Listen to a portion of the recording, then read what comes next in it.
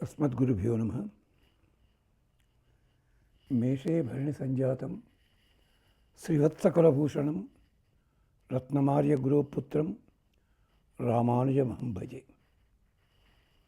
Doctor Kandadai రామానుజాచార్యుల వారి దగ్గర సుమారు 18-22 సంవత్సరాలు వారి దగ్గర కూర్చుని దాదాపుగా రోజు తప్పితే ఆల్టర్నేట్ డేస్ 2 గంటలు 3 గంటలు కూర్చుని వారి ద్వారా పురాణ గాథల్లో ఉండే రహస్యాలు, ఇతిహాసాల్లో రహస్యాలు, అవి కూడా వ్యాకరణ సూత్రాలు ఇలాంటి విశేషాలతోటి కలిపి నేర్చుకోగలిగే అదృష్టం కలిగింది. వారు ఏదైనా వ్యాసాలు చెప్తుంటే వాటికి వ్రాయసకాడిగా కూడా పనిచేశారు. వారితో పాటు 1-2 గ్రంథాలకు కూడా సహరచయితగా ఉన్నాను. పుస్తకాల మీద ప్రింట్ లేకపోవచ్చుగాక. అంతేకాదు సుమారు 6 సంవత్సరాల పాటు గోరఖ్పూర్ వారికి రచయితగా వారు ఉండగా, మొదటిసారి వెళ్ళినప్పుడు వారికి ఉండే సేవకుడిగా వెళ్ళాను. అంతేకాదు వారికి కావాల్సిన సహాయకుడిగా వెళ్ళాను. తర్వాత అక్కడ చేస్తున్న పద్ధతి చూసిన తర్వాత ఆ ప్రొపరేటరే ఆశ్చర్యపోయి వారికి చెప్పి, నాకు కూడా రచనకు అవకాశం ఇస్తే మేమిద్దరం కలిసి రచన చేసే సందర్భాలు ఉన్నాయి. ఇలాంటి వాటిల్లోంచి తెలుసుకున్న రహస్యాలు కొన్ని ఎంత చెప్పినా కూడా, ఇది చెప్పానా నీకు, ఏమోనయ్యా గుర్తులేదు, మళ్ళీ చెప్తా విను అంటే మళ్ళీ రెండోసారి చెప్పింది కూడా ఇంకో కొత్త కోణంలో. ఎక్కడ కటువైన మాట ఉండేది కాదు. కానీ కొందరు నాతో ఉన్న సహవిద్యార్థులకు ఎందుకో వారి భాషణ కటు అనిపించి మానేశారు వాళ్ళంతా 5-6. నేను మాత్రం తప్పలేదు. అదిగో అలాంటి ద్వారా నేర్చుకున్న దాంట్లో మహాభారత రహస్యాలు గొప్పగా ఉండేవి. అంతవరకు సంస్కృత మహాభారతం పెద్దగా చదవలేదు దాసుడు. తెలుగు భారతం మొత్తం అంతా 5-6 సార్లు చదవడం జరిగింది, ఏదో 1-2 పర్వాలు తప్పించి. అప్పుడు స్వామివారు అన్నారు, లేదయ్యా, నీలకంఠీయ వ్యాఖ్య దగ్గర పెట్టుకో, మూలాన్ని చదువు, మన తెలుగులో ఎలా రాశారో చూడు. ఇతర భాషల్లో అంటే కుమార విజయము అని చెప్పి మనకేమో కన్నడంలో ఉంది, ఇంకో దాంట్లో ఇంకోలా ఉంది, మరో చోట మరోలా ఉంది. అలాగే మధ్యప్రదేశ్ వాళ్ళు వేరే ఏదో పెట్టుకున్నారు పేరు. ఇలాంటివి ఎక్కడైనా అవకాశం వచ్చినా అవి చూస్తుండు అంటూ ప్రేరణ చేశారు. చాలా ప్రేరణ కలిగిస్తే ఎన్నో రహస్యాలు తెలుసుకోగలిగాను. తద్వారా సంస్కృతం మీద, వ్యాకరణం మీద దృష్టి పెట్టలేకపోయాను, కానీ సంస్కృత భాష మీద అంతో ఇంతో పట్టు కూడా రావడం జరిగింది.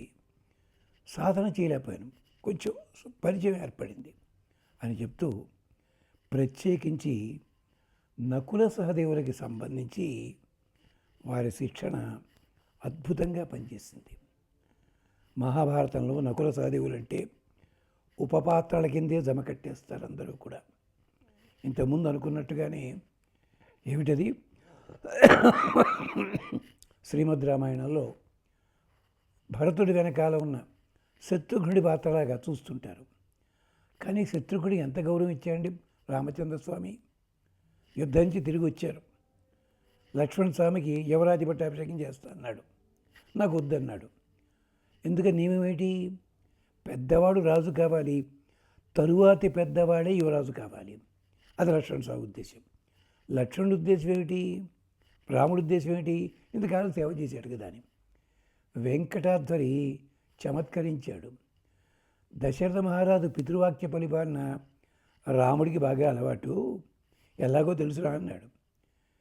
పెద్దవాడు ఉండగా చిన్నవాడికే పట్టాభిషేకం చేయడం ప్రయత్నించాడు దశరథుడు, అది ఫెయిల్ అయ్యాడు.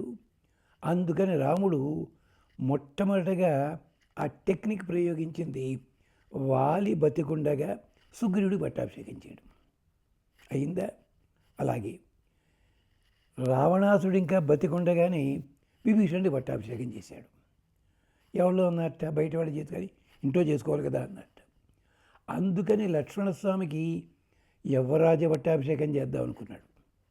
లక్ష్మణుడు సస్యేమిరా అన్నాడు.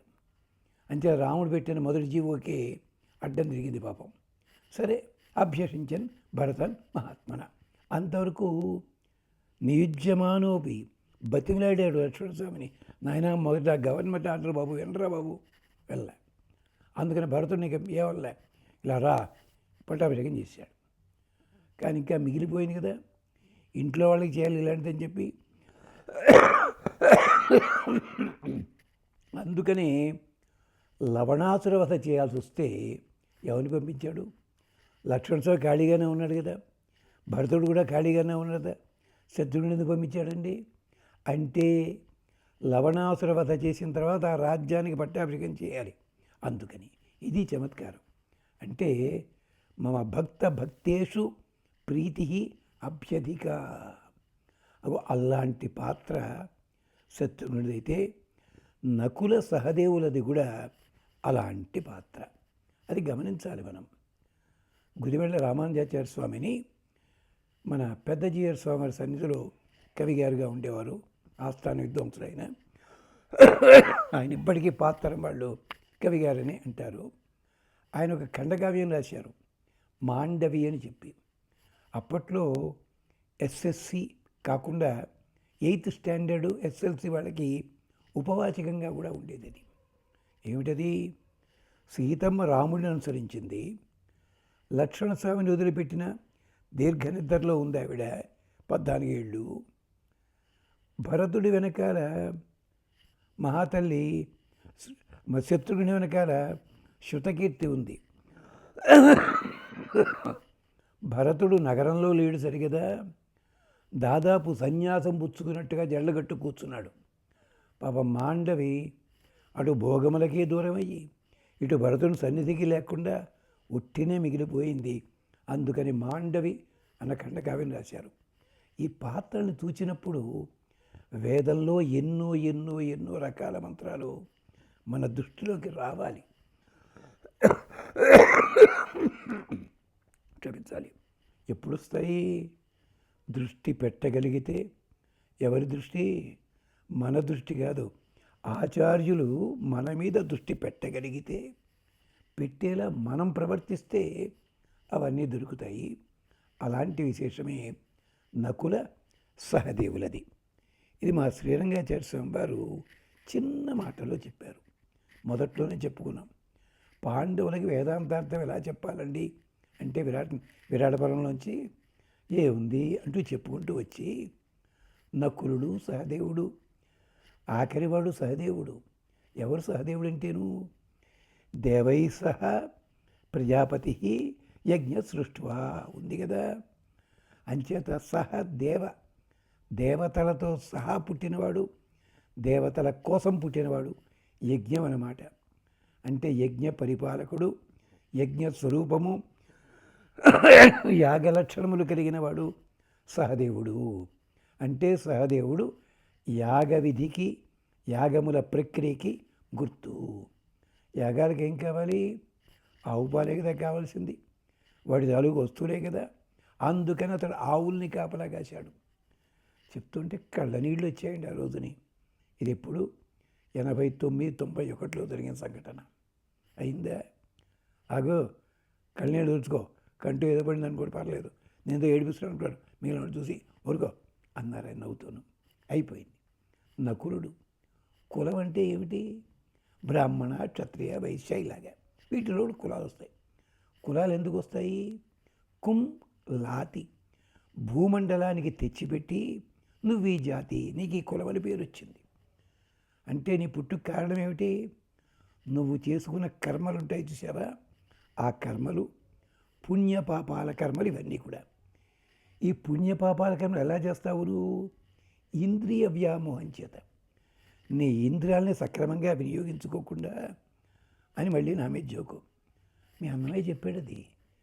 ఈ పంచేంద్రియములు కల్పభూజములు, ఇవి తెలియక గాచిపడే మానవుడు. ఆయన సరదాగా వెళ్ళకూడదు చేద్దామంటే అన్నమయ్య, త్యాగయ్య ఇలాంటి ఎత్తుకునేవాడు సరదాగాను. మధ్య మధ్యలో బిఎన్ఎడి సినిమాలు ఆ పీరియడ్ ఎత్తుండేవారు. నేను బాగా చూసేవాడిని చేసి. అంటే పాఠం చెప్పేటప్పుడు ఎంత అందంగా చెప్పేవారు.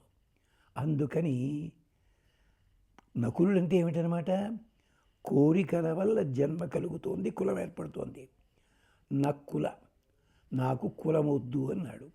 అంటే అర్థం ఏంటబ్బాయి, కోరికలు వద్దనుకునే స్థితి. అంటే నిష్కామ కర్మ. ఇంచేత కోరికలు వద్దనడానికి కుదరదు, కర్మలు చేయాలి. జిజీవిషేత్ శతగం సమాహ ఉపనిషత్తు చెప్పింది కదా. అంచేత కర్మలు చెయ్యి, కోరిక ఉండకూడదు, కోరికలకు కారణం కాకూడదు, వ్యామోహం కలగకూడదు. నకుల అంటే నిష్కామ కర్మ. ఎందుకనే ధర్మరాజు కూడా ఏం కోరాడు యక్షుడి దగ్గర, నకులుణ్ణి బతికించు అన్నాడు. తర్వాత సోదరులు. ఎంత అద్భుతమైన సన్నివేశం అండి. మరి ఎంతోమంది విద్యార్థులు ఎందుకు చదువుకున్నారే, వారు ఇలాంటి రహస్యాలు ఎందుకు పట్టుకోలేదు? తప్పు వాళ్ళది కాదండి. ఆచార్యుల వారు అపరిమితమైన ప్రేమని నా మీద చూపించారు కనుక నాకు పట్టుకునేలా అలవాటు చేసి పెట్టారు. విశాఖపట్నం ప్రాంతంలో బెస్త వాళ్ళు పిల్లలకి చేపలు పట్టడం ఎలాగో నేర్పుతారు. అలాగే మాకు కూడా కందాడేవారు కానివ్వండి, లేకపోతే మరింగంటి స్వామివారు కానివ్వండి, రఘునాథాచార్య స్వామివారు కానివ్వండి, ఇలాంటి పెద్దలంతా కూడా పరిషత్తులకు వెళ్తే కొత్త శ్లోకం చెప్తుంటే అక్కడ కుర్రాడు కూర్చుండేవాడిని, నాకు చూస్తుండేవారు. అంటే నాయన గుర్తుపెట్టుకో ఇది అని చెప్పడం అనమాట. అందుకని వాళ్ళు చెక్కిన శిల్పం ఇది. చాలా నకులు అంటే నిష్కామకర్మ, సహదేవుడంటే యాగకర్మ. ఇది దీంట్లో రహస్యం. అందుకనే వీళ్ళు ఎన్నుకున్న వృత్తులు కూడా అలాంటివి. నకుల సహదేవులిద్దరి ప్రవేశం కూడా మనకి తమాషాగా ఉంటుంది, వాళ్ళు ప్రవేశించిన విధానం. విరాట్ రాజు గారు మిగిలిన వాళ్ళకైనా ఇంటర్వ్యూ తీసుకుని టైం పెట్టుకున్నాడు. నకులుడికి సహదేవుడికి ఇంటర్వ్యూ లేదు, భోషాణం లేదు, ఏం లేదు. నకులుడు వస్తూనేమో గోవులు, అశ్వములు ఇవన్నీ చూస్తూ వచ్చాడు, రథాలు వాటికిను. అలాగే సహదేవుడు వస్తూ కూడా గోవులు వాటిని చూస్తున్నాడు. ఎవడయ్యా వాళ్ళిద్దరు కదా మళ్ళీ వచ్చారు. వాళ్ళు వచ్చేసరికి ఏం మాట్లాడకుండా, ఇదిగో నువ్వు గుర్రాల సంగతి చూసుకో, రథాల సంగతి చూసుకో, అవన్నీ బాబు నువ్వు గోవుల సంగతి చూసుకో చెప్పేశాడంతే. ఇలాంటిదే మొత్తం ప్రపంచంలో ఒక డెన్మార్క్లో అలవాటు.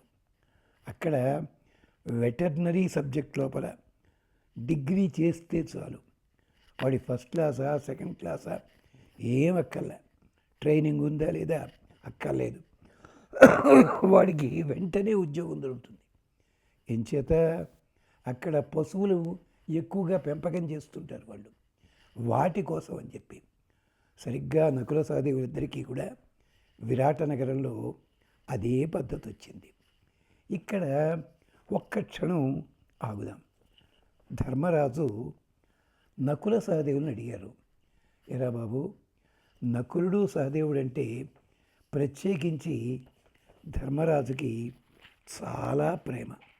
ఎందుకని సవతి తమ్ముళ్ళనే కాదండి, కుంతీదేవికే విపరీతమైన ప్రేమ నకులుడన్నా సహదేవుడన్నా. ప్రత్యేకించి సహదేవుడంటే ఆవిడికి ధర్మరాజు, భీముడు, అర్జునుడు కంటే కూడా, నకులుడి కంటే కూడా సహదేవుడి మీద ప్రేమ. కోడలికి చెప్పింది అడవికి వెళ్ళే దారిలో, ఆకటి చొప్పు ఎరుంగడు అతడు. కాస్తమ్మా నేను వాడికి భోజనం పెట్టినట్టుగా నువ్వు కూడా అతన్ని జాగ్రత్తగా చూసుకోవాలి తల్లి. ద్రౌపదీదేవి జ్ఞాపకం చేసుకుంది విరాట పర్వంలో ఈ ఘట్టాన్ని. అంతటి లేత మనస్సు కలిగినవాడు, లేత శరీరం కలిగినవాడు. అడవికి పెడుతున్నారు అందరూ కూడా. అడిగాడు విదురుణ్ణి, సంజయుణ్ణి, ఎలా పెడుతున్నారే వాళ్ళని చెప్పి. ధర్మరాజు తల పక్కకి దించుకుని పెడుతున్నట్ట, భీముడు జబ్బలు చడుచుకుంటూ పెడుతున్నట్ట, అర్జునుడు ఇసుక తీసుకుని గుప్పెళ్లతోటి ఇలా విసిరి కొడుతూ పెడుతున్నట్ట, నకులుడు ఒంటి నిండా కూడా బూడిద పూసుకొని విభూతి పూసుకుని వెడుతున్నట్ట. సహదేవుడు తల దించుకుని వెడుతున్నట్ట. అతడు ద్రౌపదీదేవి జడ వేరబోసుకుని దుఃఖపడుతూ ఆడవాళ్ల వంక చూస్తూ వెడుతోందిట. ఏమిటి అంతరార్థము అంటే ధర్మరాజు ముఖం మీద ఉన్న కోపం ఉంది చూచారా? కోపంతో ఉన్న ధర్మరాజు ముఖం చూస్తే ఎవడి చూపైనా వాడి మీద పడితే, అతని మీద పడితే వాడు సర్వనాశనం అయిపోతాడు. అలాంటి ప్రమాదం జరగకూడదని కోపంతో మండుతున్న ముఖాన్ని వాల్చుకుని పక్కకి చూస్తూ వెళ్ళాడు ధర్మరాజు. భీముడు సరే కురు వృద్ధులు వృద్ధబాంధవులు పద్యాలు గుర్తున్నాయి కదా మీకు, అలా చంపుతాని బయలుదేరాడు. అర్జునుడు ఏం చేశాడు? నా బాణాలు ఉండి వేస్ట్ అయ్యాయి, రాబోయే సంగ్రామం లోపల ఈ గుప్పెటిలో ఉన్నటువంటి ఇసుక రేణువులు ఎలా పడతాయో, ఏది ఎక్కడ పడుతుందో తెలియదు, ఆ పద్ధతి లోపల నా గాంధీవంతో బాణాలు గుప్పించి అందరినీ చంపివేస్తాను అంటూ వెళ్ళాడు ఆయన. నకులుడు చాలా సౌందర్య రాశి. అతని సౌందర్యం చూసి జాలి పడతారు, అయ్యో అవుతాడు. అందుకని ఆ సౌందర్యం కనిపించకుండా అవనికి బూడిద పూసుకుని పెడుతున్నాడు నకులుడు. సహదేవుడు విషాదవదనంతో ఉన్నాడు. ధర్మరాజు చూపు ఎవడి మీదైనా పడితే వాడిపోతాడు, కోపంతో చూపని. ఇక్కడ సహదేవుడు విషాదవదనం చూచినట్టయితే చూచినవాడు పోతాడు. అందుకని సహదేవుడు తల వాల్చి పెడుతున్నాడు. ద్రౌపదీదేవి రోదన ఏమిటి? ఎంత ప్రమాదం జరగడానికి ఎవరెవరైతే కారణమో ఆ మగవాళ్ళ భార్యలు కూడా ఇలాగే ఏడుస్తారు అని చెప్పి. వెనకాల మహానుభావుడు పెడుతాడు దౌమ్యుడు, అధర్వణ వేద మంత్రాలు చదువుతూ పెడుతున్నట్ట. అంటే వేదంలో ఉన్న మంత్రాలతోటి ఇలాంటి వాళ్ళ తద్దినాలు రాబోతున్నాయి అని చెప్పడానికి ఇది. అలాగ నకుల సహదేవులిద్దరికీ కూడా ఓ ప్రత్యేకత ఉంది. ధర్మరాజు వాళ్ళని అడిగాడు చాలా ప్రేమగా, ఏం చేస్తారయ్యా, ఎలా ఉండాలి అని. దానికి సరే మన కథలో చెప్పుకున్నాం, ఏం చేస్తానంటే చెప్పుకున్నా వాడిద్దరు ఈ పనులు చేస్తామని చెప్పి. అడగడానికి వేదమంత్రాల సమన్వయం చూడాలి. అక్కడ ముందుగా నకులుడు సహదేవుడు ప్రవేశమే చాలా తమాషాగా ఉంటుంది. నకులుడు ఎలా ప్రవేశించాడు, ఏం మాట్లాడాడు ఒక్క ముక్క చెప్పుకుని ముందుకెడదాం. అంటాడు వేయడంతో, నేను అశ్వములను చూసుకుంటానయ్యా, శిక్షణ చూసుకుంటాను, అవయవ లక్షణంబు, ఆయు ప్రమాణంబు, గర్భంబులు, ఇంగితాకారములను, మాత్రాంతరము, వయోమానంబు, దేశ కాల ఉచితాహార ప్రయోగభంగి, జాత్యనురూప శిక్షావిధి, క్రమగతి, వ్యాయామ సాత్వత్ ప్రవర్తనంబు, ప్రమద విషాదాది బహువిధ చిత్తధర్మము, పోషణ ప్రకారము, చికిత్స పరిచితములు ధరణీపాల, నీ ముందట రూపురేఖ మెరయ చూపనేర్తూ బవరమైన నాకు పని ఏమియన చేత బలిమి కలిమి నెరపదలతూ. ఈ పద్యంలో తిక్కన గారు ఆనాటి పశుపాలకులు అశ్వపాలకులు ఎలా ఉండేవారో ఆయన రోజు చూస్తుండేవారు. ఆ భావాన్ని ఇక్కడ గుప్పించారు. ఆ విశేషాలు తరువాతి భాగంలో మనం చెప్పుకుందాం. అంతవరకు స్వస్తి.